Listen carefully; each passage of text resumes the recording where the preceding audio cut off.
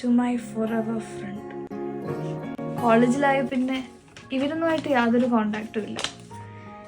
പിന്നെ ഓർക്കാൻ ആകെയുള്ളത് ഇതുപോലുള്ള കുറച്ച് കടലാസുകൾ മാത്രമാണ്.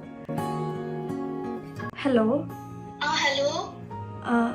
എടാ നീ ഫ്രീ ആണോ? എടാ ഞാൻ ഇച്ചിരി ബിസിയാണ്, പക്ഷെ കുഴപ്പമില്ല, പറഞ്ഞോ.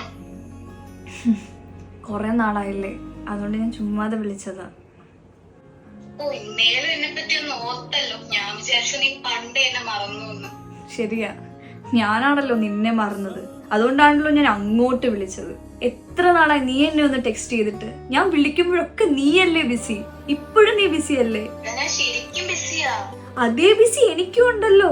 എനിക്കും ഉണ്ട് കോളേജ്, എക്സാം, അസൈൻമെന്റ്, സെമിനാർ, എല്ലാ സ്ട്രെസ്സും എനിക്കും ഉണ്ട്. പക്ഷെ ഇതിന്റെ ഇടയിലൊക്കെ സമയം കണ്ടെത്തി ഞാൻ നിന്നെ വിളിക്കാറില്ലേ? അതെനിക്ക് നിന്നോടുള്ള അത്രയും സ്നേഹം കൊണ്ടല്ലേ. എല്ലാ തിരക്കുകളും ഒഴിഞ്ഞ് പിന്നെ എപ്പോഴെങ്കിലും ഫ്രീ ആയിട്ട് മെസ്സേജ് ഇടാന്ന് പറഞ്ഞാൽ നിനക്ക് ജീവിതത്തിൽ ഒരിക്കലും എന്നെ വിളിക്കാനോ മെസ്സേജ് ചെയ്യാനോ പറ്റത്തില്ല. അല്ലെങ്കിലും അങ്ങനെ ആണല്ലോ. നമ്മൾ കൊടുക്കുന്ന അതേ സ്നേഹവും പരിഗണനയും ചിലപ്പോൾ നമുക്ക് തിരിച്ചു കിട്ടാറില്ല. ശരിയടാ, ജസ്റ്റ് നീ സുഖമാണോന്ന് അറിയാൻ വേണ്ടി വിളിച്ചതാ. നിന്നെ ഞാൻ ഡിസ്റ്റർബ് ചെയ്തെങ്കിൽ സോറി. Okay, by.